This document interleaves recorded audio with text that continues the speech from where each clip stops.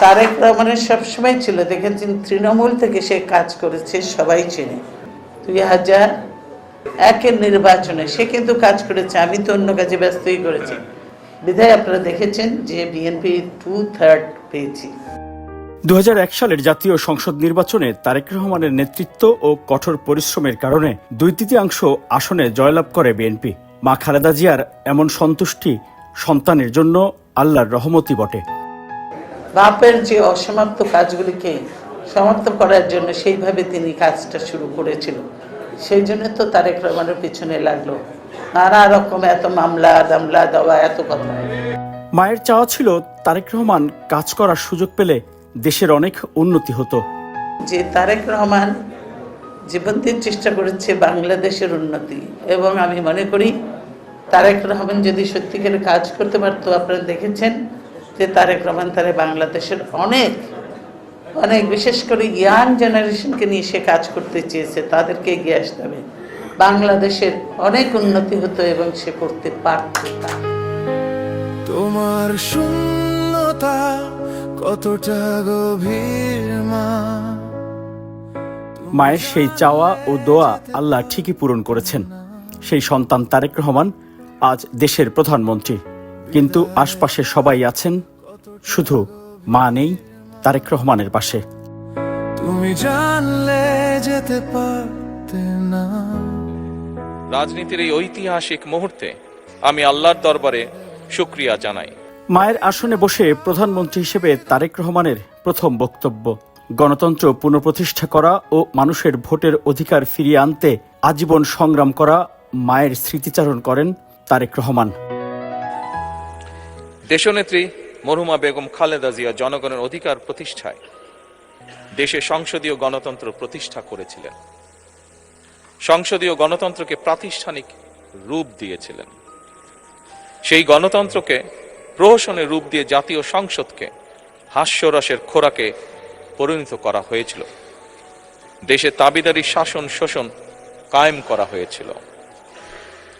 দেশে সংসদীয় গণতন্ত্র এবং জনগণের অধিকার পুনঃপ্রতিষ্ঠা করার জন্য দেশনেত্রী বেগম খালেদা জিয়া জীবনের শেষ দিন পর্যন্ত লড়াই করেছেন। জীবনে কখনোই স্বৈরাচার কিংবা ফ্যাসিবাদের সঙ্গে আপোষ করেননি। দেশে আজ থেকে আবারও সেই কাঙ্ক্ষিত সংসদীয় গণতন্ত্রের যাত্রা শুরু হলো, আলহামদুলিল্লাহ।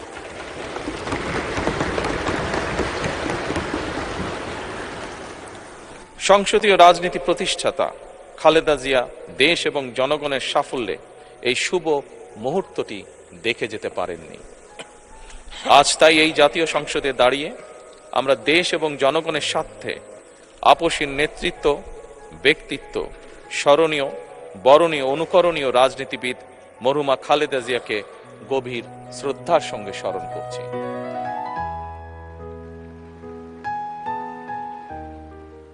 রাজনৈতিক জীবনের সর্বোচ্চ প্রাপ্তির এই দিনে বাবা শহীদ রাষ্ট্রপতি জিয়াউর রহমানের কথাও স্মরণ করেন তারেক রহমান। দেশে বহুদলীয় গণতন্ত্রের প্রবক্তা এবং পুনঃপ্রবর্তক, স্বাধীনতার ঘোষক শহীদ প্রেসিডেন্ট জিয়াউর রহমানের একটি উক্তির কথা আপনাদের সামনে আমি স্মরণ করতে চাই। তিনি বলেছিলেন, জনগণই যদি রাজনৈতিক দল হয় তাহলে আমি সেই দলেরই আছি। অর্থাৎ ব্যক্তি কিংবা দলের স্বার্থ নয়, জনগণের স্বার্থই সবচাইতে বড়। এটাই বিএনপির রাজনীতি। প্রধানমন্ত্রী হিসেবে জাতীয় সংসদে দেয়া প্রথম বক্তব্যে তারেক রহমান স্মরণ করেন বিগত দিনে আন্দোলন সংগ্রামে শহীদ ও সৈনিকদের। সন্তানহারা মায়েদের প্রতি শ্রদ্ধাও জানান প্রধানমন্ত্রী তারেক রহমান। 1971 সালের স্বাধীনতা যুদ্ধের থেকে শুরু করে 2024 সালের দেশ এবং জনগণের স্বাধীনতা রক্ষার যুদ্ধ সহ এই পর্যন্ত দেশে গণতন্ত্র এবং মানুষের অধিকার প্রতিষ্ঠার সংগ্রামে যারা শহীদ হয়েছেন, ত্রয়োদশ জাতীয় সংসদ শুরুর এই যাত্রা লগ্নে আমি তাদেরকে কৃতজ্ঞতার সঙ্গে স্মরণ করছি। যাদের সাহসী ভূমিকায় দেশে পুনরায় গণতন্ত্র ফিরে এসেছে, আমি ত্রয়োদশ জাতীয় সংসদের এই যাত্রা লগ্নে দেশের স্বাধীনতা প্রিয় গণতান্ত্রিকামী বীর ছাত্র জনতাকে জানাই অভিনন্দন। Miraj Hossain Gazi, desk report, Dhaka.